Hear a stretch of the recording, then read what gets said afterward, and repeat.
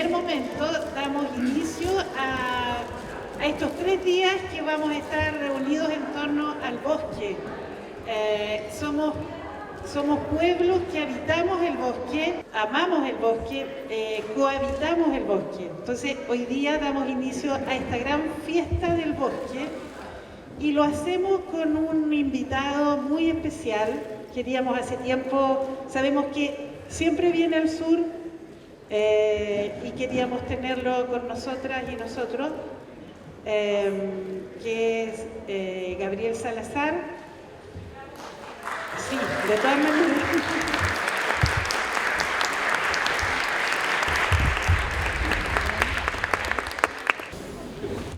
Como digo, un saludo fraterno de mi parte, comunitario, si ustedes prefieren, a todas y todos los presentes. Bueno, quiero empezar diciendo que sea redundante, soy historiador social, lo que significa que no soy historiador del Estado, ni de las leyes, ni de los gobiernos, ni de esa mirada que mira a los seres humanos de arriba hacia abajo. Quien mira al pueblo, quien mira a los ciudadanos de arriba hacia abajo, no ve ciudadanos, no ve seres vivos, ve números. Su mirada es estadística. La estadística es la ciencia del Estado. Y resulta que la historia de Chile, las ciencias sociales en Chile, siempre nos han mirado de arriba hacia abajo.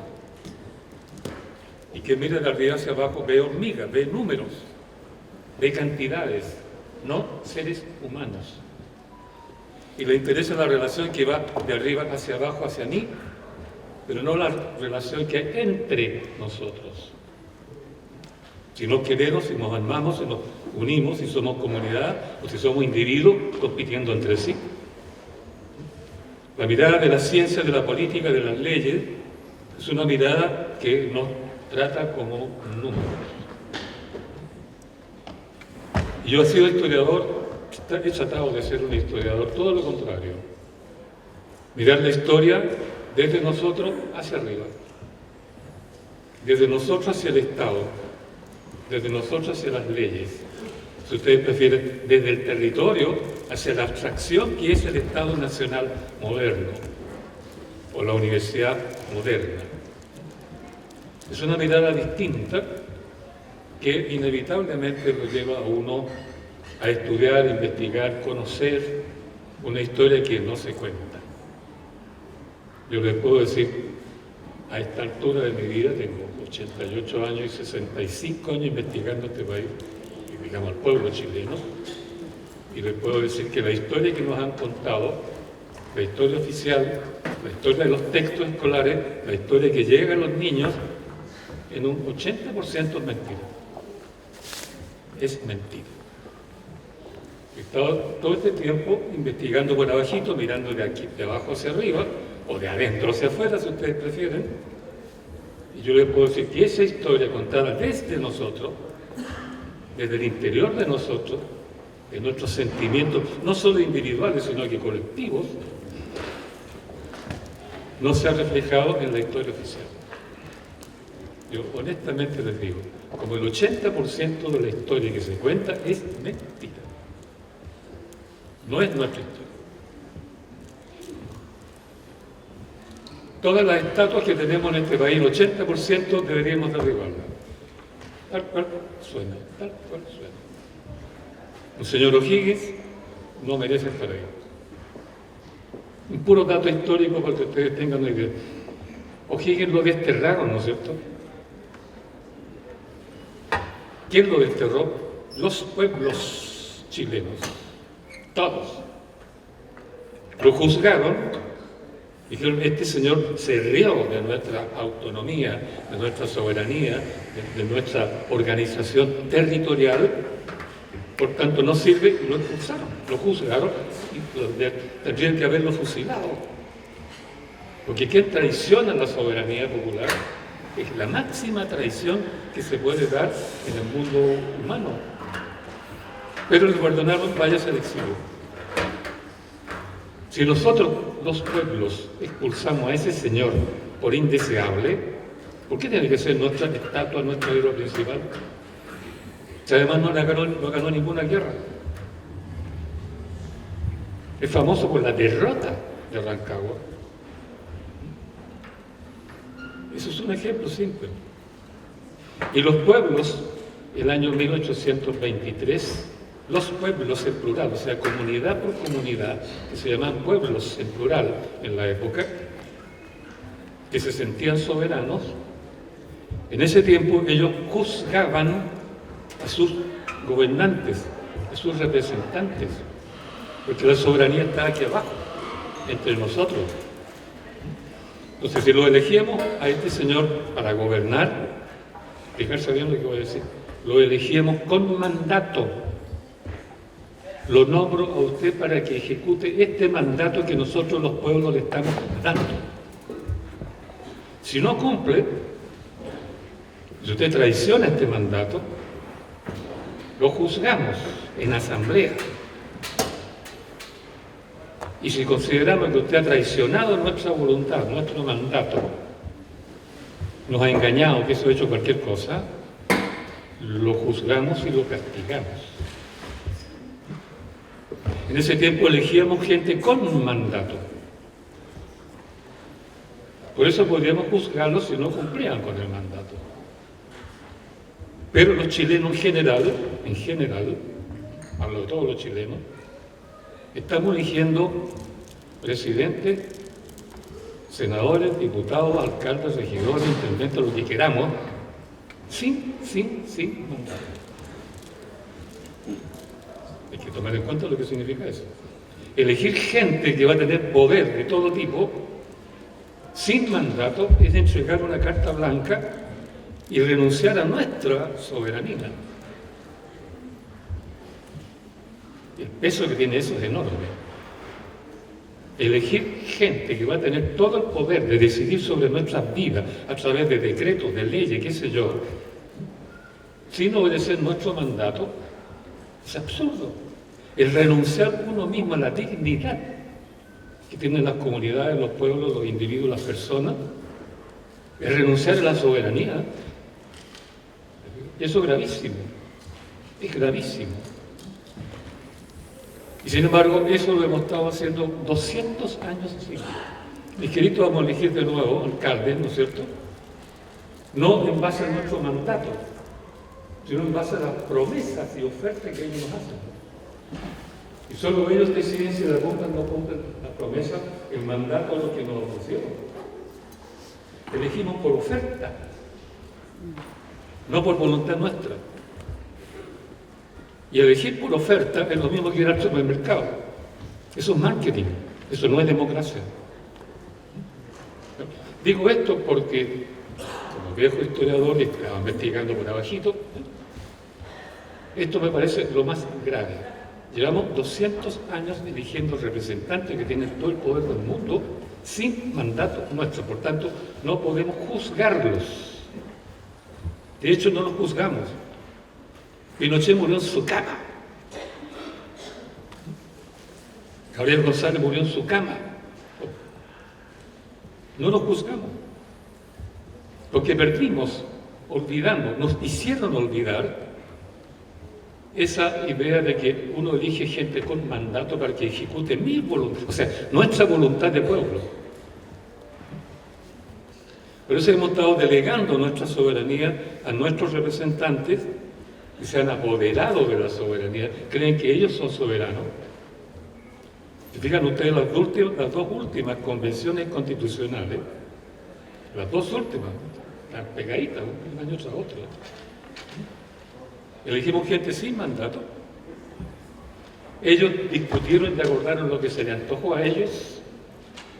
Ustedes leen los diarios día a día y escuchan lo que ellos dijeron en la última convención.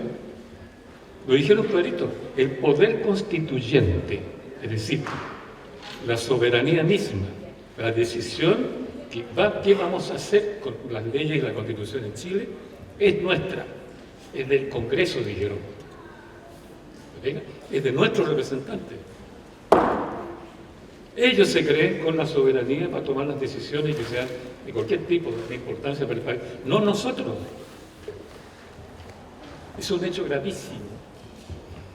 Y eso viene desde el año 1830 en adelante. Llevamos 200 años. Por eso esto lo descubrí, hay muchísimas cosas más que no puedo contar acá porque estaríamos un año entero haciendo clases. He descubierto tal cantidad de cosas en esta investigación que va por abajito, como los topos, como el viejo Marx decía, el topo de la historia. Esa historia, ese topo ciego que va construyendo sus túneles sin ojo, pero que va avanzando ciegamente y algún día de repente sale a la superficie, como el 19 de octubre del 2019. Bueno, hay mucho que decir y lo que quiero, la idea de fondo es que, fíjese que entonces el poder de decisión, la soberanía, renunciar nosotros a eso, se concentró en el Estado. Entonces el Estado gobierna todo el país, como un todo, con las políticas que ellos en ese nivel deciden, que es donde operan las grandes compañías internacionales económicas. La globalización significa que estamos entregando el poder a esas compañías internacionales. ¿Y qué significa? Mientras más se concentra el poder en Santiago, en el Estado y en la globalización, ¿qué es lo que dice el título que le pusieron a mi conversación, mi cháchara? No es el territorio el que toma decisiones. No es el territorio, no es el Gualmapu. No son los pueblos que están apegados a la tierra, que viven con la tierra, los que viven con el agua, los que viven con el bosque. Las decisiones se toman en la abstracción, porque el Estado Nacional es una abstracción. Estado-nación, la nación es una abstracción. No confundir nación con pueblo en minúscula, porque pueblo es decir pueblos en plural, es decir, comunidades locales. Las comunidades locales son reales, no las conocen. Tienen un lugar, tienen un río, tienen un cerro, tienen un bosque, o no tienen, o tienen desierto. Son con nombre y apellido, son vecinos, todos se conocen, todos se saludan, todos se ayudan, se quieren, se aman. En cambio, la nación no existe, es un constructo político. Todas las naciones del mundo son un constructo político, es un grado menor que el imperio. Porque la nación es un todo político que un pueblo construyó dominando los pueblos vecinos. Si hablamos nación francesa, Francia, lo construyó, ¿qué pueblo? París. Desde París, en la época del rey absoluto. España, desde Madrid. Por eso es que hasta el día de hoy, ¿no es cierto?, los catalanes, los vascos, siguen peleando contra el centralismo español. No confundir pueblo con nación. Nación es un contexto político que un pueblo, en este caso Santiago, construyó para sí mismo, dominándolo desde un centro. Por eso los guasos de Colchagua, por ejemplo, o de Curicó, cuando iban a Santiago, decían, voy a Chile. ¿Ven? Chile es una construcción santiaguina desde Santiago para Santiago centralizado. Y por eso que el gobierno territorial ya desaparece, porque son gobiernos nacionalistas, y resulta que ahora este gobierno nacional dijo, globalicémonos, libre cambismo, globalicémonos. Entonces, el poder se traslada afuera de Chile, ni siquiera es nacional.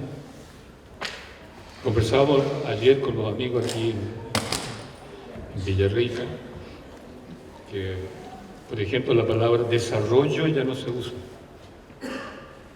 En la época de Frei, de Eduardo Frei Montalva, en la época de Salvador Allende, hablamos de desarrollo nacional. Y la idea de desarrollo apunta a mejoramiento de nuestras condiciones, perfeccionamiento de todos, apunta un objetivo, una meta, y si todos caminamos a esa meta, nos damos un quehacer, nuestra vida toma sentido, porque vamos para allá. Y si vamos todos juntos, podemos querernos, pero esa palabra ya no se usa. Nadie habla de desarrollo, porque el desarrollo no ofrece futuro. En cambio, se introduce la palabra consumo. Por ahí un presidente dijo: la educación es una mercancía. ¿Qué significa eso? Consumo. Por eso la educación hoy día está centrada en el principio de la competitividad.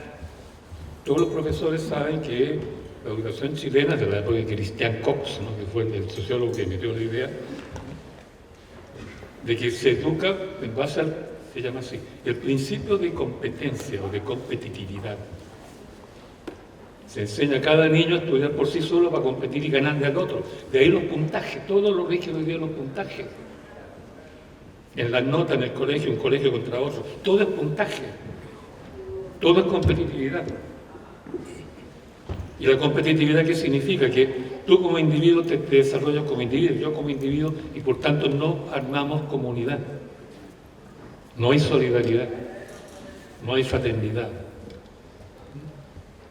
La reforma neoliberal es una apuesta a la competitividad, al individualismo, al consumismo individual, y lo que desaparece aquí es justamente el principio de comunidad, que todos ustedes acá están justamente intentando desarrollar, por lo que me he dado cuenta. Digo todo esto porque toda esta investigación histórica que he estado haciendo en Chile, son 60 años de investigación. He trabajado en 4 o 5 universidades chilenas un montón de tiempo. He publicado como 40 libros a esta altura en esta línea. Ahora estoy cerrando todas las conclusiones en un libro final que ataca justamente este problema. ¿Por qué hoy no somos comunidad a nivel nacional? ¿Por qué la competitividad? ¿Por qué la gente siente que no tiene destino? Porque el contrato de trabajo regido por el último plan laboral es un contrato precario. El sistema se llama trabajo precarista. ¿Por qué es precario? Porque es temporal. Porque la mayoría de los contratos, más del 60% de los contratos de trabajo en Chile son precarios, son temporales, depende de la necesidad de la empresa, te echan cuando se le antoja. Yo me encontré con un exalumno de la Escuela de Derecho de la Chile, que está el compañero, y yo trabajé como 20 años en la Escuela de Derecho, pero con contrato honorario. Entonces de repente el decano me dijo: mira, yo admiro mucho tu trabajo, me lo dijo así, ¿no? Admiro mucho tu trabajo, pero mira, voy a tener que eliminar todos los contratos honorarios porque tengo que economizar plata, así que tenéis que ir. Y me echó, con un cafecito, con un cariñito, todo eso, pero me echó. Y claro, un contrato honorario, cuando la empresa te dice: miren, por mi necesidad usted no puede estar aquí, no tienes de dónde agarrarte. No hay defensa posible. No hay defensa posible. Pero bueno, la cuestión es: ¿qué vamos a hacer nosotros ahora? Esa es la pregunta. Esta crisis que estamos viviendo es una crisis distinta a todas las anteriores. A todas las anteriores.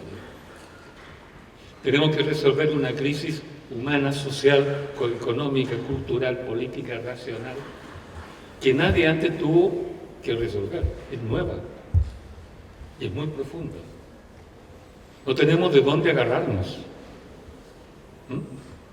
Porque la educación nos enseña a ser individuos consumistas, triunfadores y liquidar al que está al lado. Por eso todo es puntaje. Los colegios pelean entre sí, porque mientras mejor puntaje tienen, más gente llega y más negocio. En la universidad,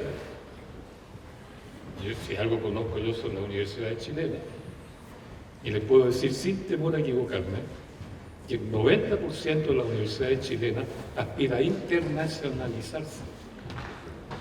Las dos más grandes, con mayor razón. Entonces hacen contratos y convenios de investigación internacional con universidades extranjeras. La Chile lo confesó hace poco, ¿no? Tenía convenios con la Universidad de Israel. Y ahora con las protestas tuvieron que liquidar, ¿no? El acuerdo. Pero todas las investigaciones quieren salir hacia afuera, hacia la globalización. Los profesores nos obligan a sacar puntaje y a publicar textos en revistas internacionales. Y eso da puntaje para seguir la carrera académica.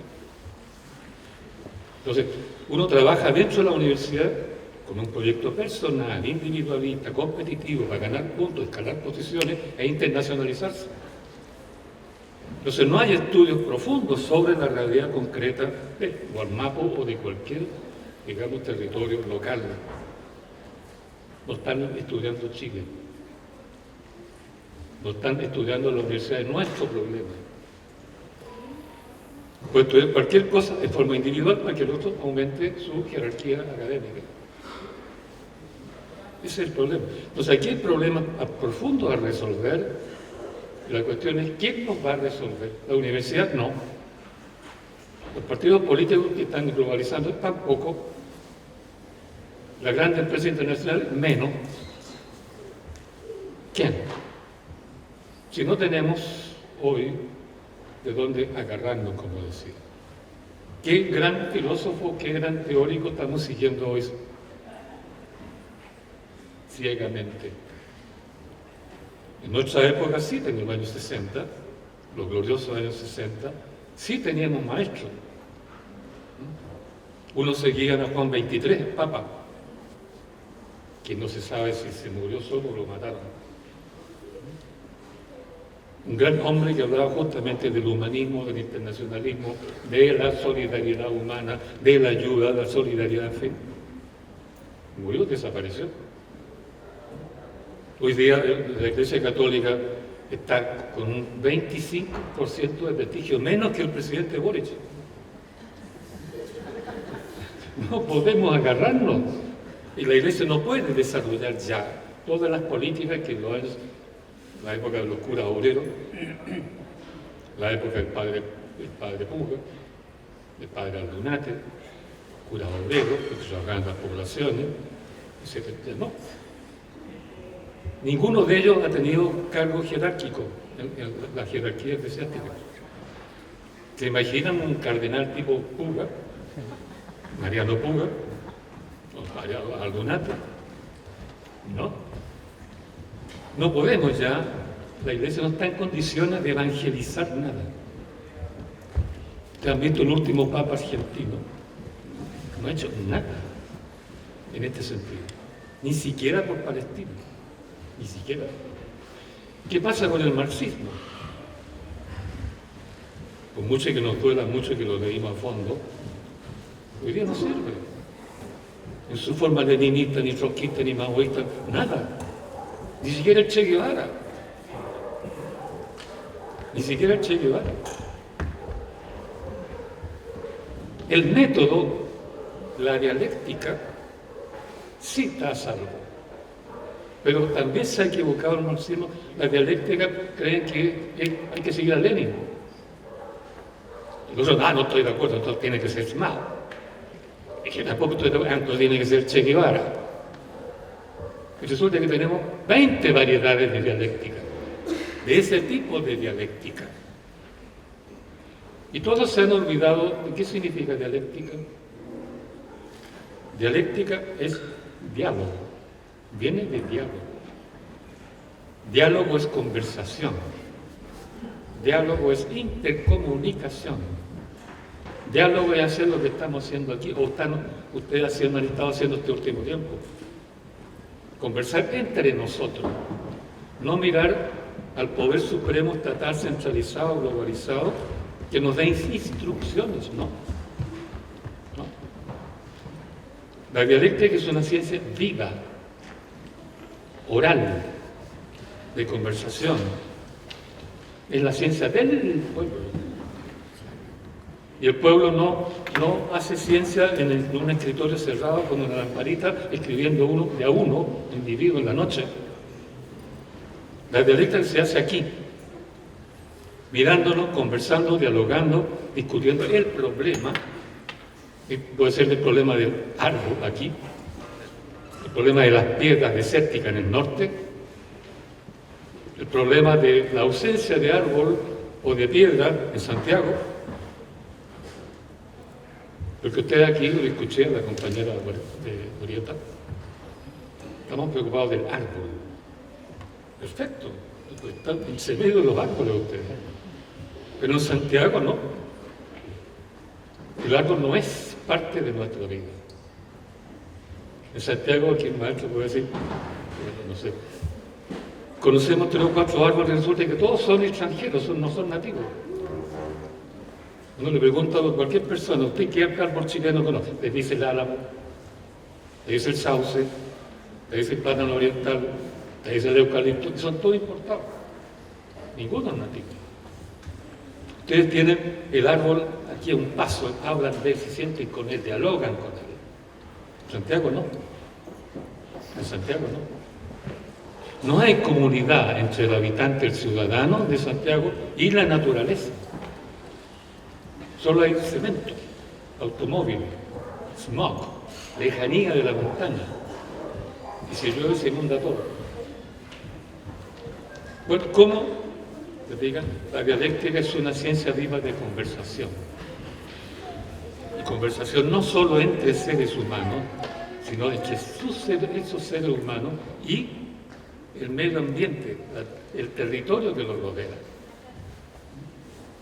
No es diálogo solo entre seres humanos, es con el territorio. Es el diálogo que es necesario para construir soluciones a nuestros problemas. Y eso es lo que no hemos estado haciendo, y menos este último tiempo, por lo menos en tanto esta asociación, estos conversatorios que se están llamando, los determina el Estado o las universidades o todo el aparato centralizado.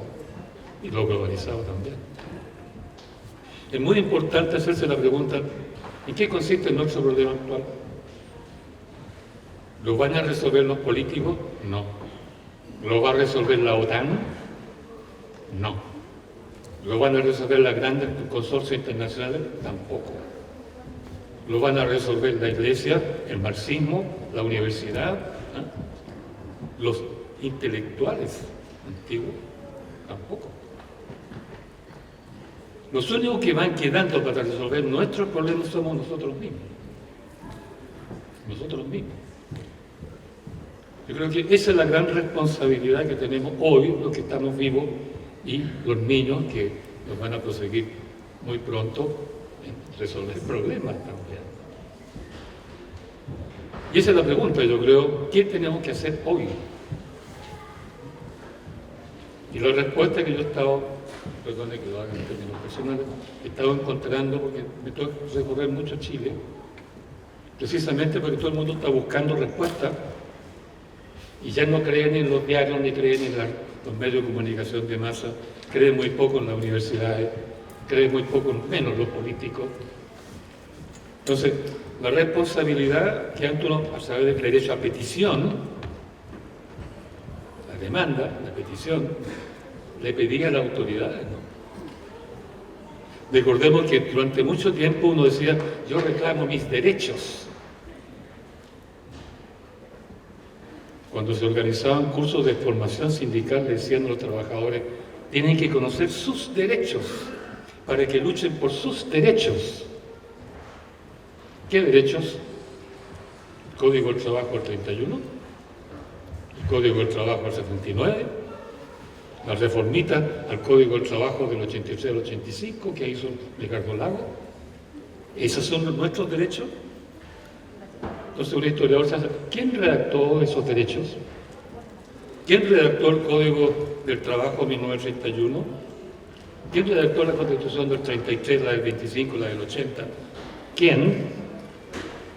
¿Quién redactó el Código, el Plan Laboral del 79? ¿Nosotros? ¿Dónde? Es absurdo decirle a la gente, usted conozca sus derechos, luche por sus... ¿Qué derechos? Si el derecho lo han redactado otros. La historia de Chile en eso es penosísima, penosa.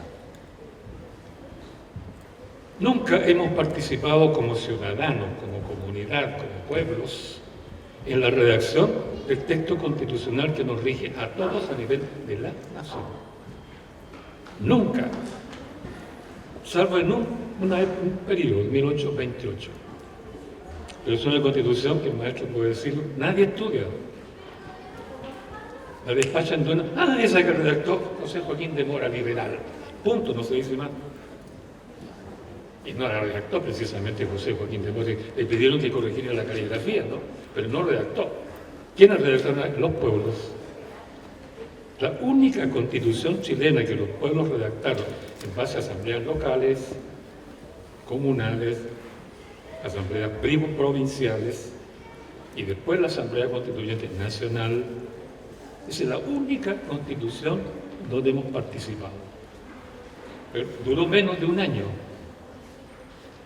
porque Santiago organizó un golpe de Estado militar sangriento, brutal, que otro día conversemos, abolió la Constitución, estableció un gobierno tiránico, tiranía, no dictatorial, tiranía, no hay que confundir tiranía con dictadura, por favor.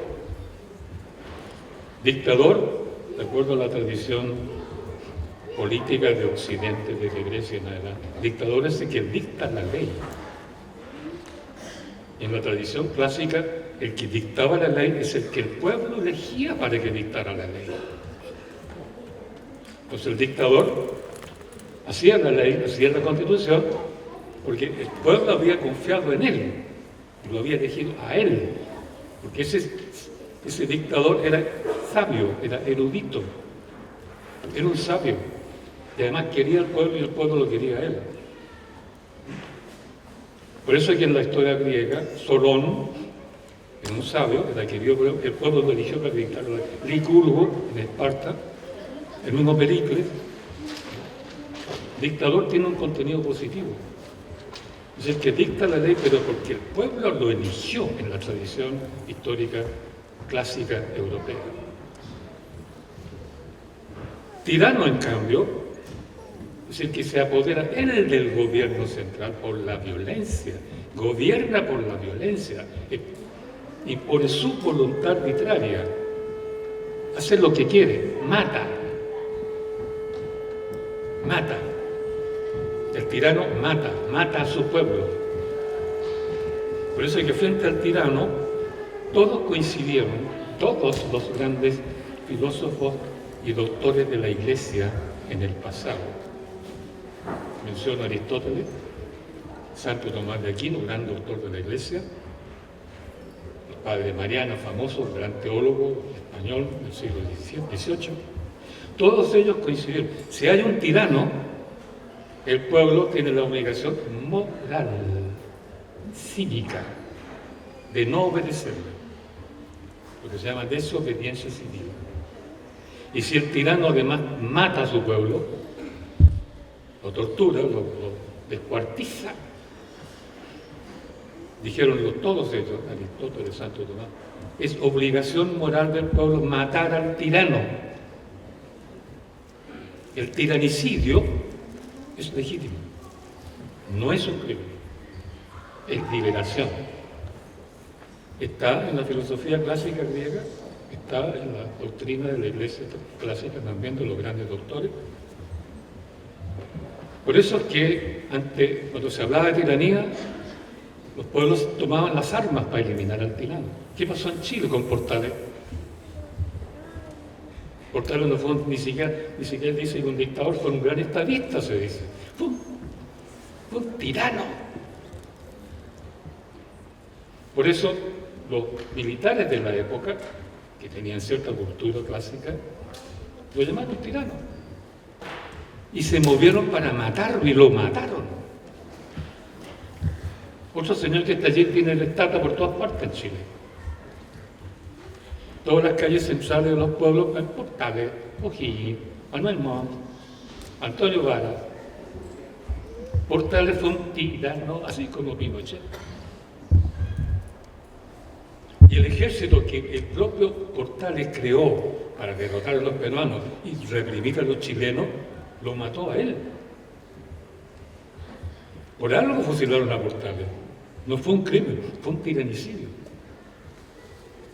Y eso, ese ejército que se rebeló en Quillota contra Portales, antes de tomar la decisión de apresar a Portales, hizo una asamblea democrática entre todos los oficiales de los 3 batallones que estaban en Quillota, más de 100 oficiales. ¿Qué vamos a hacer con este señor tirano? Y era el ejército que Portales quería llevar a Perú, a combatir a Santa Cruz, ¿no?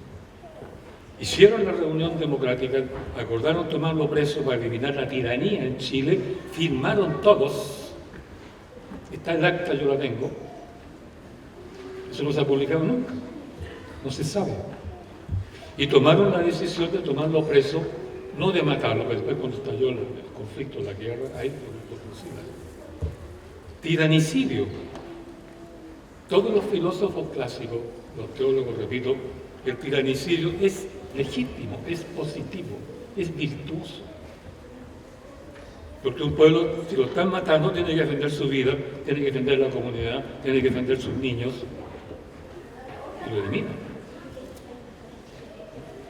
Los militares mataron a Portales por tirar. Pinochet murió en su cama. ¿De quién es la responsabilidad de eso? Que un tirano, como Pinochet, haya muerto tranquilamente en su cama de viejo. Es una responsabilidad cívica. No es un derecho, es la soberanía misma actuando para defender su integridad de pueblo y de soberanía. Deficiencia nuestra. Algo anda mal en Chile que Pinochet murió en su cama. Seguimos insultándolo, asesino, fue este, lo otro. Todos los que peleamos contra él en los 60 conversamos con mi amigo ahí, Pedro, en la mañana. Los dos compartimos la lucha y pagamos las consecuencias. Seguimos acordándolo y pelándolo, pero murió en su cama. Y producto de que murió en su cama es que tenemos el modelo neoliberal todavía metido dentro de nosotros. Porque no está por fuera, está dentro. Por algo somos consumistas. Por algo seguimos siendo muchos individualistas. Por algo seguimos compitiendo unos con otros. Robándonos, matándonos mutuamente. Bueno, todo esto para decir un poco que nuestro problema de hoy, históricamente hablando, es mucho más grave que nunca. Porque esta vez no tenemos de dónde agarrarnos. La Iglesia está allí, pero no nos sirve mucho para resolver este problema. El marxismo está allí y no nos sirve mucho para resolver este problema. Los 35 partidos políticos que tenemos no nos sirven de mucho para resolver ese problema que ellos mismos producen. Entonces, ¿de quién es la responsabilidad? La única respuesta posible está en nosotros. Está en nosotros. ¿Y qué significa en términos, mirando la historia de Chile, yo sin hablar de teoría pura, la historia de Chile? ¿De quién es la responsabilidad de resolver los problemas profundos de las comunidades que hay en todo Chile? De los mismos pueblos, o sea, nuestros. ¿Quién nos va a educar para que nuevamente asumamos la soberanía ciudadana? Nadie. Las universidades no. La Iglesia no. Los políticos no. El capitalismo internacional no. ¿Cómo vamos a aprender entonces a ser comunitarios, a desarrollar poder local, a saber administrar la riqueza del territorio, a saber manejar los árboles o el desierto o la misma ciudad como Santiago? Nadie nos va a enseñar eso. Por tanto, tenemos que autoeducarnos. Autoeducarnos. Y ahí es donde está la dialéctica. La dialéctica es una ciencia oral. El pueblo conversando consigo mismo para resolver por sí mismos los problemas que afectan a ese pueblo en el lugar donde vive. Nuestra conversación es sobre los problemas, para resolver los problemas, de ahí decir, esta es la resolución, Y esa resolución es un mandato, y ese mandato tú lo vas a hacer, tú lo vas a hacer, tú lo vas a hacer, y si no lo cumples te juzgamos. Ese es el problema. Ese es el problema. Hay que tener en cuenta que desde el año 2014 hasta el día de hoy, 2014 al 24 son 10 años, todas las encuestas que se están haciendo con la preguntita, ¿cuánto confía usted en sus políticos, en el gobierno, en los partidos políticos, o sea, en nuestros representantes, que lo elegimos sin mandato, hay que recordar? Y todas las encuestas, todas, o sea, que son más o menos 10 al año, coinciden. Desde el 2014 hasta el día de hoy, el 96 al 99% de los ciudadanos consultados dicen: no creo en los políticos, no creo en los partidos, no creo en el sistema político que ellos administran. Por primera vez en 200 años estamos rechazando a nuestros representantes.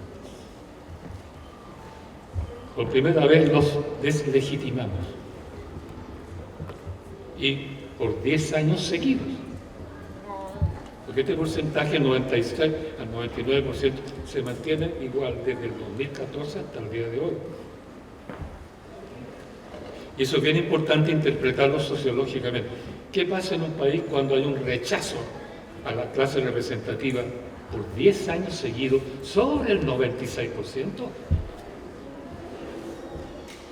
Es que es una crisis de representación profunda. Y si ya no creemos en nuestros representantes, después de 200 años de confiar en ellos, ¿en quién vamos a confiar? Otra vez la cosa, nosotros mismos o no hay más. O no hay más. Por eso es que es bien importante investigar el problema. ¿Qué vamos a hacer ahora si nosotros tenemos que hacernos cargo de nuestra propia historia? ¿Qué cabe hacer? He estado observando a lo largo del territorio chileno. En todas partes se encuentra más o menos lo mismo. La gente se reúne localmente, comunalmente, ya no mirando lo nacional. Porque los partidos políticos nos llevan a lo nacional y a lo global. En cambio, la relación entre las personas del vecindario, del pueblo local, no vuelan a lo nacional o a lo local, se quedan en lo local. Lo que dijo la compañera que habló al principio, los árboles.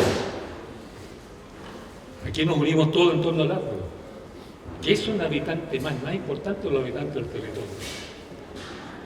Y eso estamos haciendo, creo que lo están haciendo. Creo que una cantidad de comunidades y redes que eso yo existen en torno a la naturaleza local. Pero preguntémonos ya mismo, yo soy santiaguino puro, nací, viví, estudié, me casé, me morí luego con en Santiago. En Santiago no tenemos árboles. No hay un río grande, al río que tenemos una escoria. Tenemos montañas que están muy lejos. No vivimos entre los cerros. Entonces la pregunta es, ¿qué vamos a hacer los santiaguinos para unirnos? ¿Con qué naturaleza si no tenemos pura ciudad, puros autos? ¿Cómo va a ser nuestra unión? Aquí es más fácil. Tienen árboles, tienen lagos, tienen ríos, tienen nieve. Y en Santiago, y en Viña, y en Valparaíso, y en el norte, en Antofagasta, en Iquique. Pues el problema es más vasto y es más complejo para las comunidades que no tienen naturaleza. Entonces la pregunta es bien importante, ¿cómo nos unimos en cada caso? Lo que está claro, hay que unirse.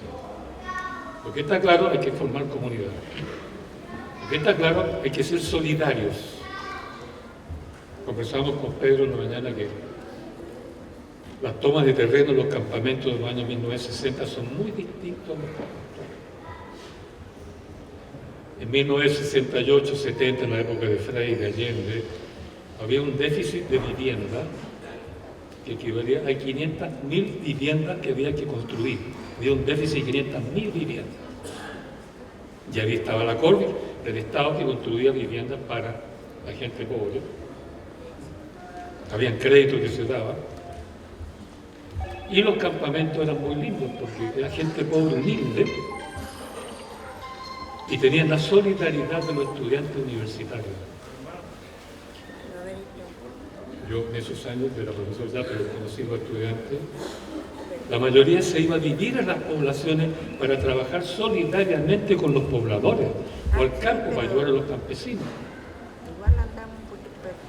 Y dejaban su estudio. En el Colegio San Ignacio, donde yo hacía clase, en el cuarto año medio, de repente 3 alumnos desaparecieron. Yo le dije al director, bueno, ¿qué pasa con estos 3 alumnos? Que ya no vienen a clase.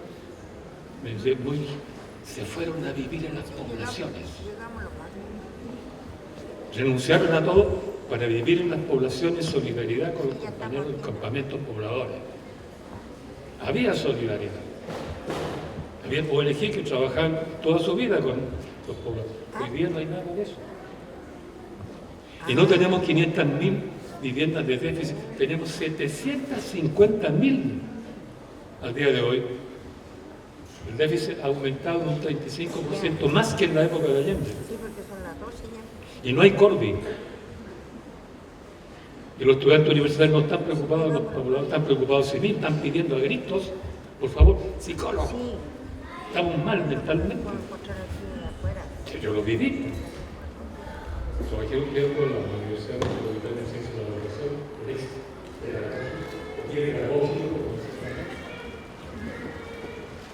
una toma del campus entero que duró 4 meses y medio, un semestre completo, que no hubo clase.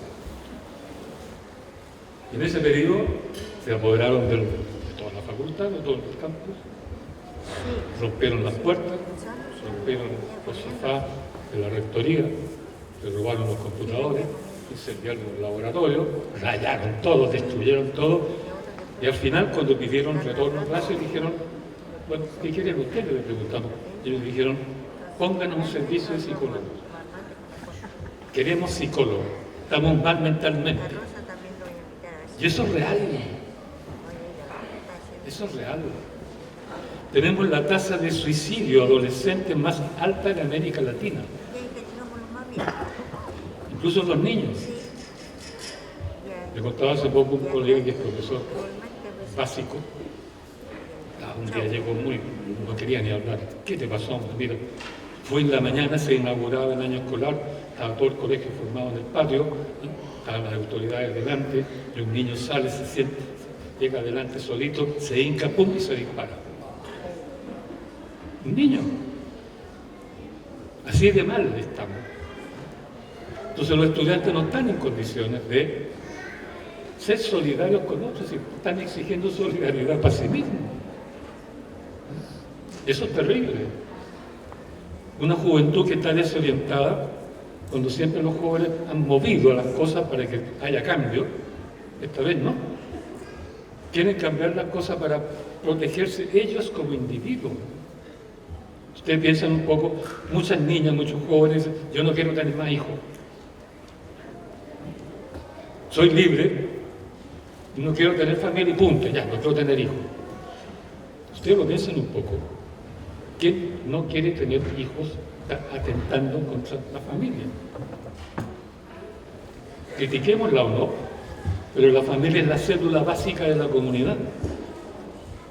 Esta misma red de, ¿cómo se llama?, economía territorial, que es la que me invita acá.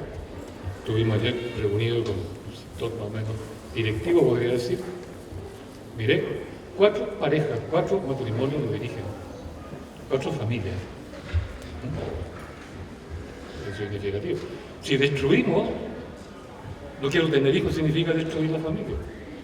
Significa que vamos a tener viejos solos, aproblemados, viviendo solos, muriéndose solos.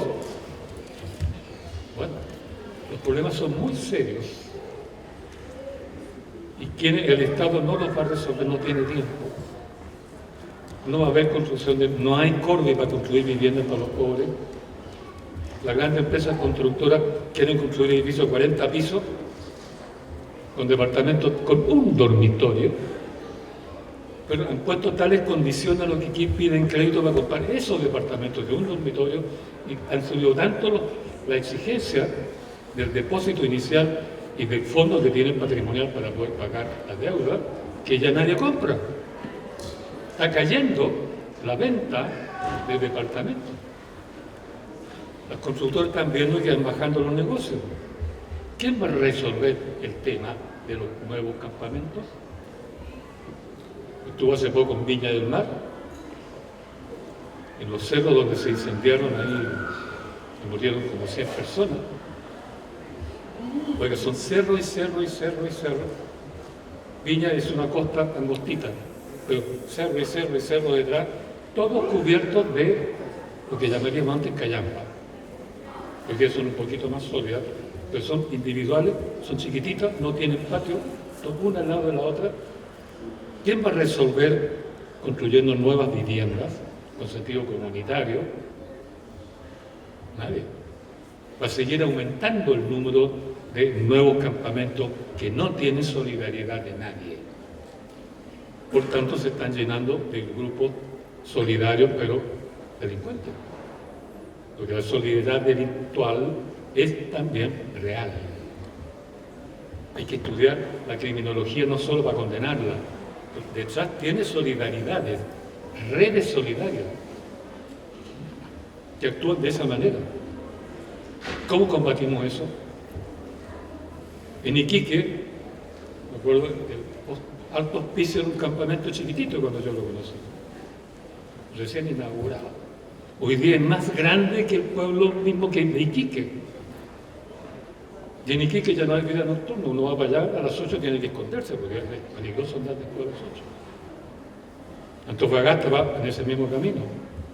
Viña y Valparaíso ligerito van a perder su vida nocturna. Santiago, el centro se está dispersando, están arrancando todo porque está ya plebeyizado, como se decía antes, el centro. Estoy diciendo todo esto porque el problema es resolver, o nosotros lo resolvimos, ya no puede el Estado resolverlo. Nos reímos de Boris, pero es que Boris ya no puede hacer nada. Ningún gobierno lo va a resolver. Si no se apoya en el pueblo, en los pueblos, para con la ayuda de este resolverlo localmente, a partir nacional, o menos todavía global, no lo va a resolver. Entonces, lo que yo quería decir, básicamente, y ahí termino, es que estamos ante una situación nueva históricamente, que es un desafío intelectual enorme, teórico enorme, un desafío educacional tremendo. Tiene que producirse una revolución en las escuelas y en los colegios, que son los que trabajan dentro de la comunidad, para asumir este problema. Porque el problema de los jóvenes no es que de por sí estén, digamos, más complicados que antes. Es un problema de la familia popular y del lugar donde viven. La tarea es muy grande y la única solución, mirado históricamente, después de estar 60 años metido en esto, es lo que el Gualmapu siempre ha tenido. Solidaridades locales, solidaridad con la naturaleza, voluntad colectiva, voluntad comunal, solo que ha sido siempre combatido. El Gualmapu no es como el corredor de Palestina con respecto a Israel. El Estado chileno siempre ha masacrado, o ha tenido otra política hacia el Gualmapu. Hoy día los mapuches no son mapuches, son terroristas. Y se están preparando, porque están limitándose, porque hay muchas críticas, pero están ansiosos por arrasar como arrasaron en 1862, 63, 81, en la segunda pacificación, la segunda guerra de Arauco. Están que rompen las winchas por masacrar. Lo detiene, ¿verdad? Qué sé yo, alguna vieja inhibición católica y cristiana. Pero aquí está el antídoto, que es el sentido de comunidad con la naturaleza, con nosotros mismos, con los niños, y que requiere de la ayuda urgente de las escuelas y de los colegios. Enseñanza primaria, porque a diferencia de la universidad, la escuela y el liceo trabajan dentro de la comunidad, con la comunidad. Nuestra reflexión tiene que extenderse a los colegios locales. Tenemos que pensar juntos nuestra dialéctica con los colegios, en los colegios, con los niños. De lo contrario, no vamos a establecer soluciones permanentes. Hay muchas cosas que decir, la historia tiene muchísimo que decir, hay muchísimos datos que destruir, ¿no? Pero hay que, sobre todo, estar entre nosotros, con nosotros, dialogando. La dialéctica es nuestra ciencia, no es de los escritores que escriben solo. Sí. Muchas gracias por la oportunidad de comunicar algo de la historia de lo que hemos estudiado por 60 años. Muchas gracias.